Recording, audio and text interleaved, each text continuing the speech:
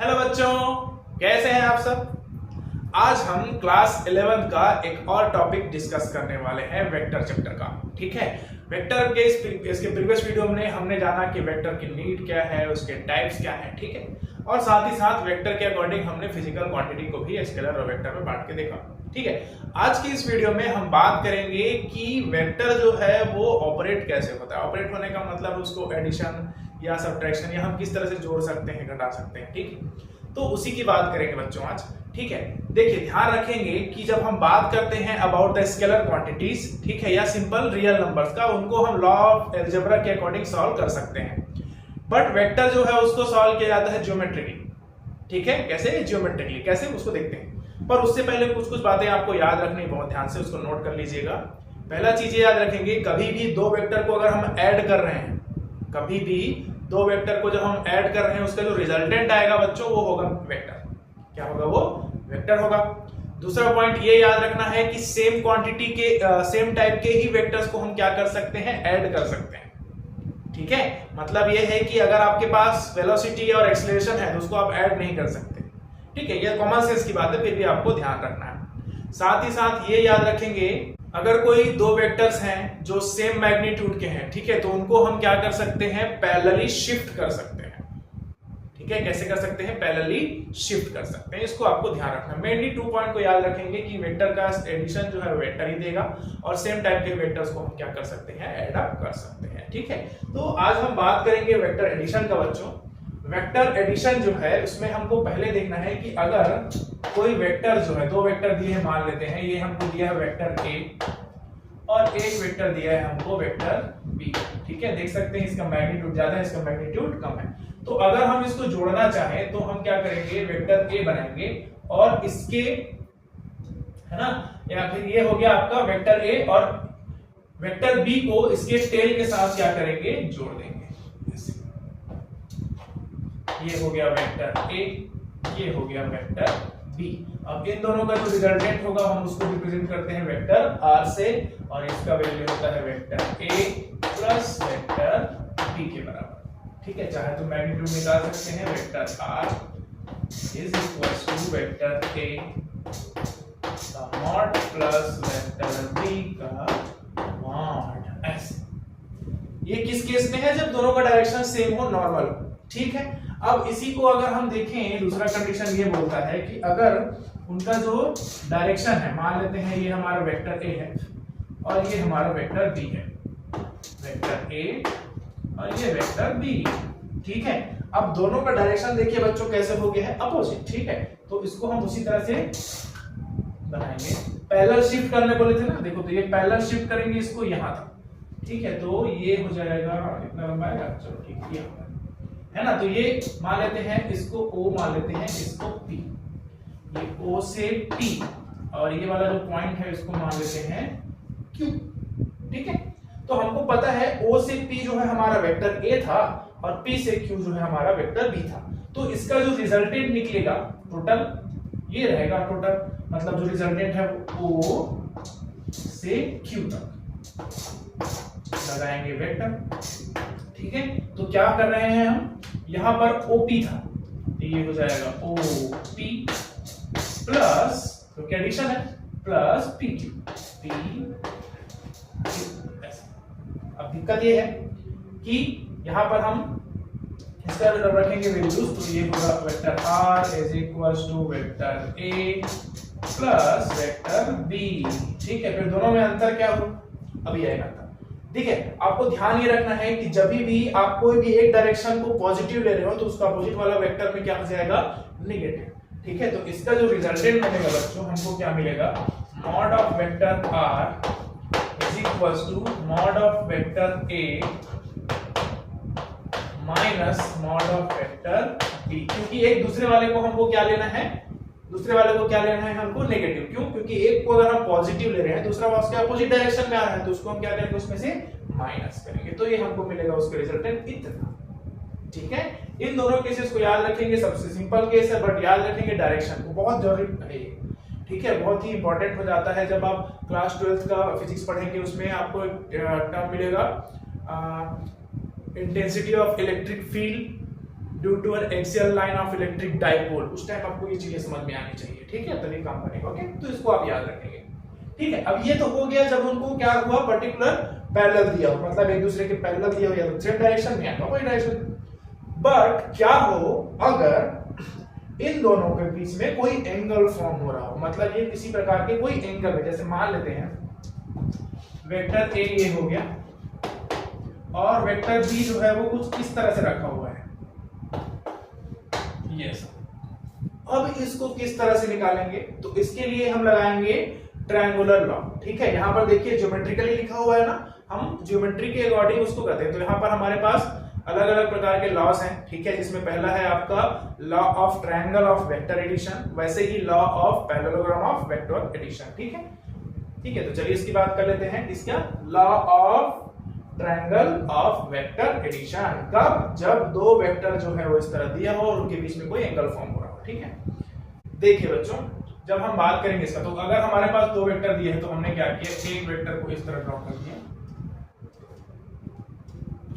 और ये हो गया वेक्टर ए, ठीक है। वेक्टर बी जो है वो कैसे हो जाएगा, पर्टिकुलर एंगल, ठीक है। यहां पर हो गया वेक्टर ई और ये हो गया वेक्टर बी, ठीक है। तो अगर हम इसको ओ और इसको पी मान लेते हैं, ठीक है, इसको मान लेते हैं क्यू, ठीक है। तो आप सोचिए, ठीक है, तो लॉ ऑफ वेक्टर एडिशन में, मतलब जो लॉ ऑफ ट्रायंगल है वो ये बोलता है कि अगर कोई दो वेक्टर जो है वो पर्टिकुलर एंगल में है तो उसका रिजल्टेंट जो है वो third side of the triangle बनता है।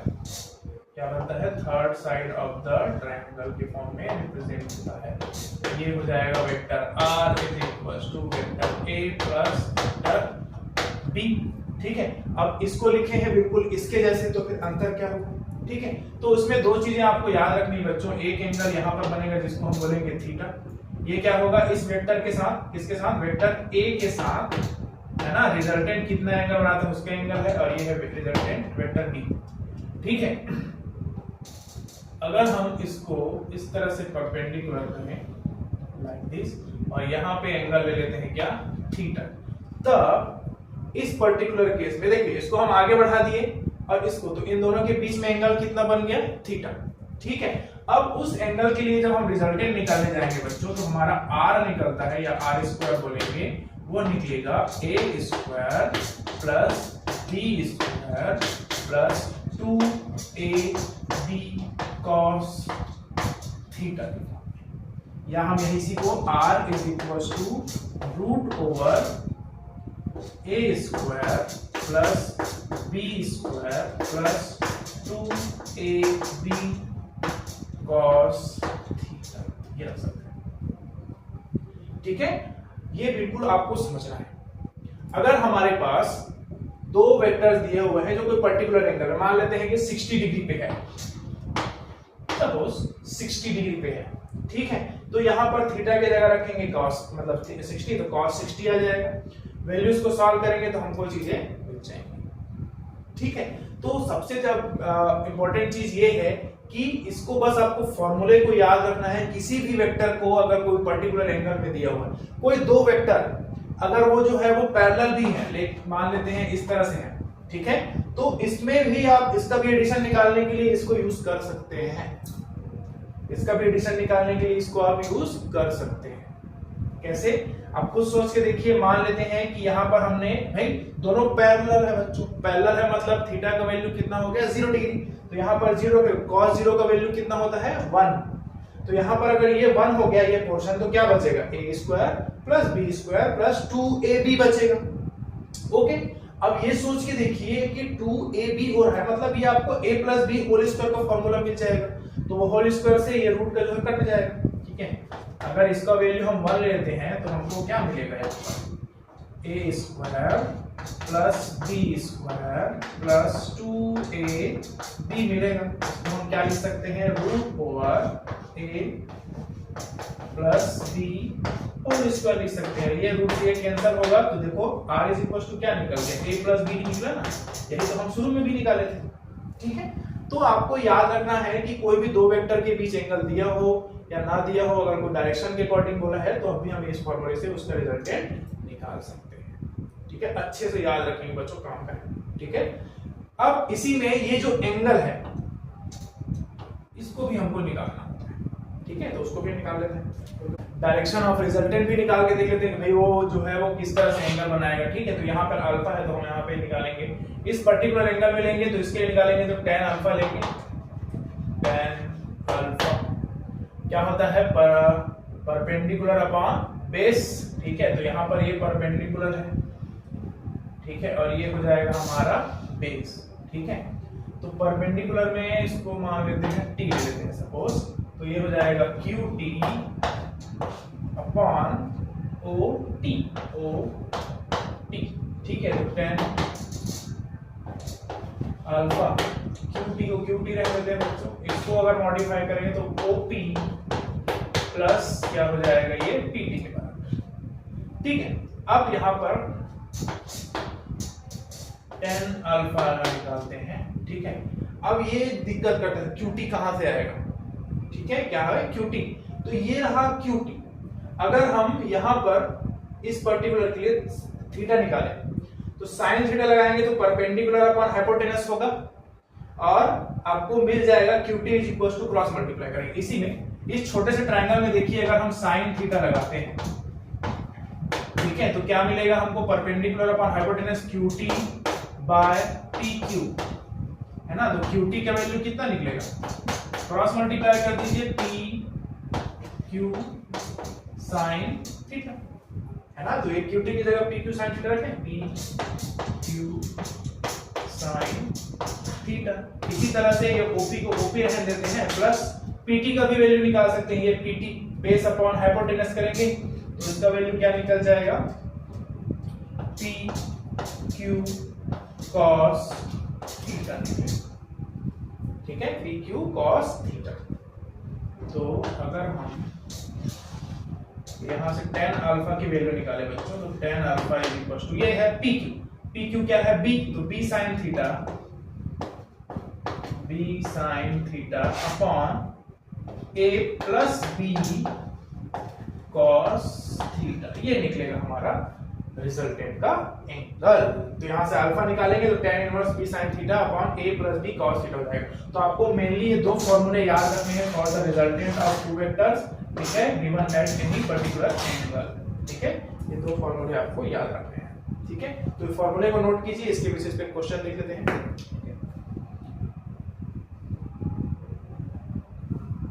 चलिए बच्चों, तो हमारे पास एक क्वेश्चन दिया हुआ है, a car moves towards east with a velocity of 20 kilometre per hour, ठीक है।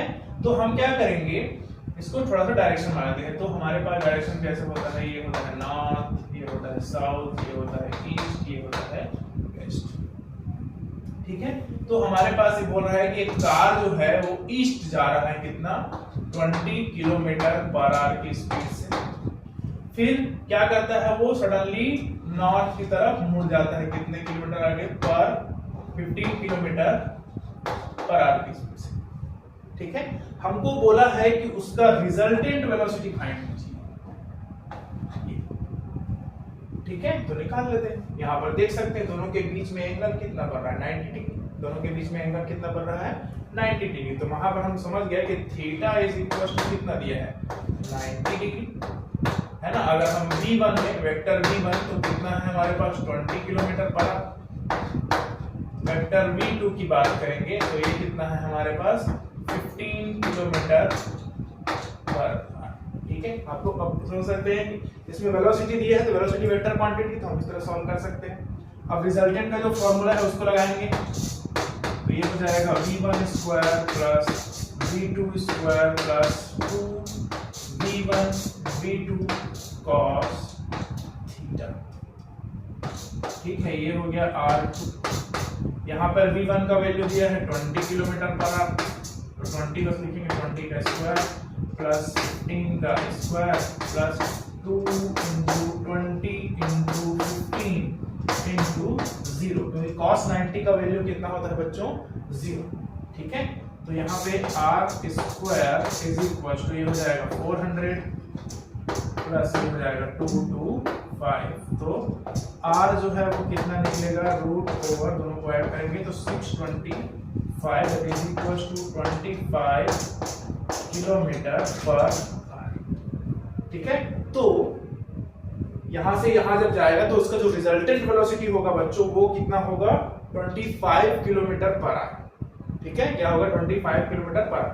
अब वो इस रूट से कितना डिग्री डाइवर्ट हुआ है उसके वेलोसिटी, ठीक है, उसको कैसे निकाल सकते हैं हम, tan alpha is equal to b sin theta upon a plus b cos theta. ठीक है, तो यहां पर देखिए b के जगह हम रखेंगे 15 और sin 90 का वैल्यू होता है 1। ठीक है, a के जगह रखेंगे 20 प्लस cos 90 का वैल्यू तो 0, तो सिर्फ इतना ही है। ठीक है, तो इसको काटेंगे तो ये हो जाएगा 5 3 जा 5 4 जा। ठीक है, तो tan alpha is equal to हो जाएगा 3/4।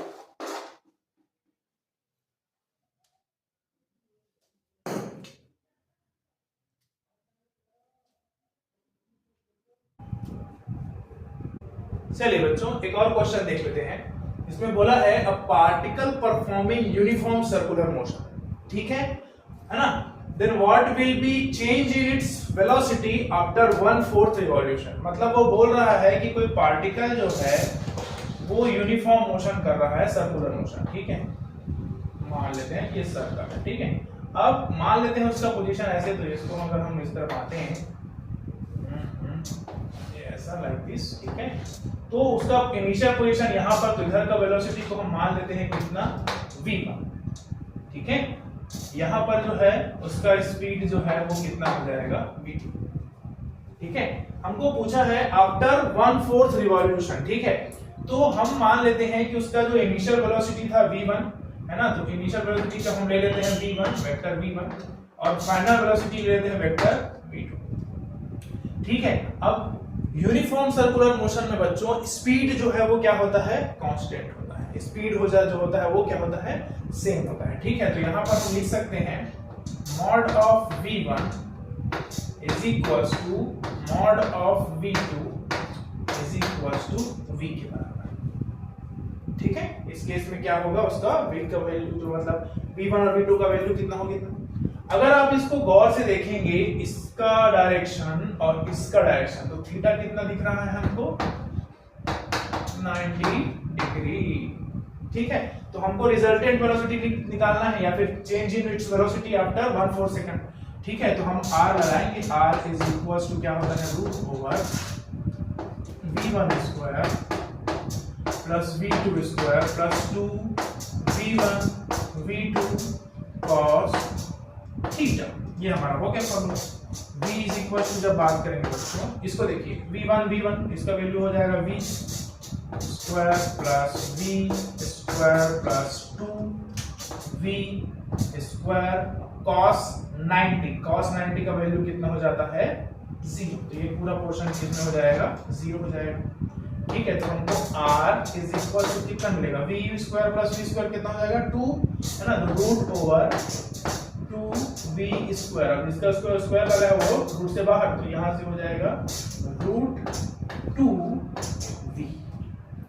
ठीक है, मतलब ये हुआ कि पहले वो v से चल रहा था, आफ्टर 1/4 रिवॉल्यूशन वो किससे चेंज चलेगा आपका, ये उसका जो रिजल्टेंट है वो कितना हो जाएगा रूट 2 टाइम्स क्या हो जाएगा, चेंज हो जाएगा।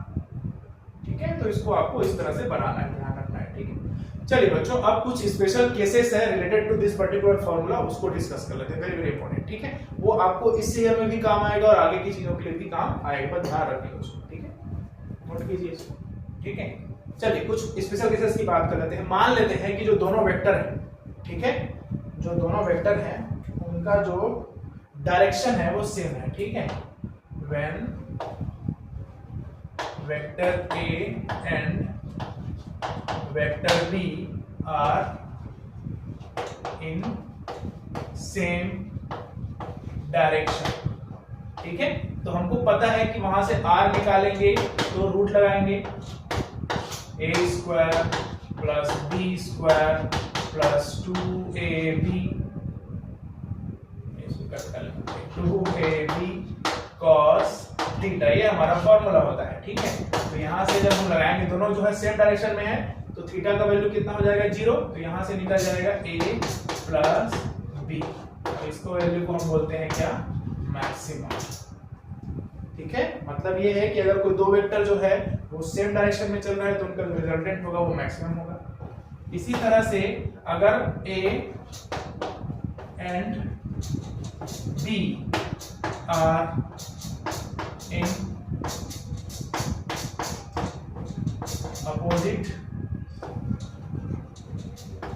डायरेक्शन, ठीक है, कैसा हो, उल्टा डायरेक्शन में हो, तो क्या होगा, आपका सेम लगेगा यहाँ पर, है ना। तो अपोजिट डायरेक्शन मतलब कितना हो जाएगा, थीटा का वैल्यू 180 डिग्री और cos 180 होता है -1, तो यहाँ पर आ जाएगा r is equals to a minus b, that is minimum। yes, ठीक है। अब अलग अलग केस में हम देख सकते हैं, यहाँ पर when a and b are perpendicular, ठीक है, मतलब ये है कि दोनों के बीच का एंगल कितना हो, 90 डिग्री हो। तो अभी 90 डिग्री वाला भी निकाल के देखें, ठीक है, कैसे आएगा देखिए, r स्क्वायर नहीं r is equal to root over, देखो cos 90 क्या हो जाता है 0, तो ये पूरा पोर्शन 0, तो हमको क्या मिलेगा, root over a square plus b square. ठीक है, पैरेलल है तो मैक्सिमम सेम डायरेक्शन में, अपोजिट डायरेक्शन में तो मिनिमम, और यहाँ पर मिलेगा r is equal to a square plus b square. चौथा केस देखते हैं बच्चों, जिसमें हम ये बोल सकते हैं कि मान लेते हैं कि वेक्टर a जो है या a जो है वो किसके बराबर है, b के बराबर, दोनों का मैग्नीट्यूड क्या है, सेम है। ठीक है, तो अगर मैग्नीट्यूड सेम होगा तो फॉर्मूला लगाएंगे a square plus b square plus 2ab cos theta. ये किसके लिए, परपेंडिकुलर में देखते हैं, ठीक है। इसमें रहेगा तो डायरेक्ट निकाल देंगे a प्लस एक वही हो जाएगा। ठीक है, यहाँ पर देखो अगर सेम डायरेक्शन में है तो a प्लस a होगा तो 2a, a माइनस a होगा तो 0। इसकी बात कर लेते हैं जब वो कैसा हो, परपेंडिकुलर हो और दोनों सेम डायरेक्शन में हो। ठीक है, तो ये r यहाँ पर रखेंगे, इसका वैल्यू a स्क्वायर प्लस, है ना, cos 90 जो है वो भाई 0 हो जाता है। ठीक है, तो यहाँ पर b स्क्वायर, तो इसमें भी आ जाएगा a स्क्वायर, है ना, तो r का वैल्यू कितना मिल जाएगा हमको, √2 into a, जब दोनों क्या हो, सेम हो तब। तो इस तरह से हम वेक्टर एडिशन को जियोमेट्रिकली सॉल्व कर सकते हैं बच्चों। आपको क्वेश्चन को पढ़ के अगर वेक्टर रिलेटेड है या कोई फोर्स रिलेटेड है, वेलोसिटी रिलेटेड है, तो अगर इस तरह की चीजें आपसे पूछता है तो जरूर आप उसको क्या करेंगे, सॉल्व आउट कर सकते हैं इससे। ठीक है, आई होप आपको जो चीजें बताया हूं आप समझ में आया हो। ठीक है, थैंक यू।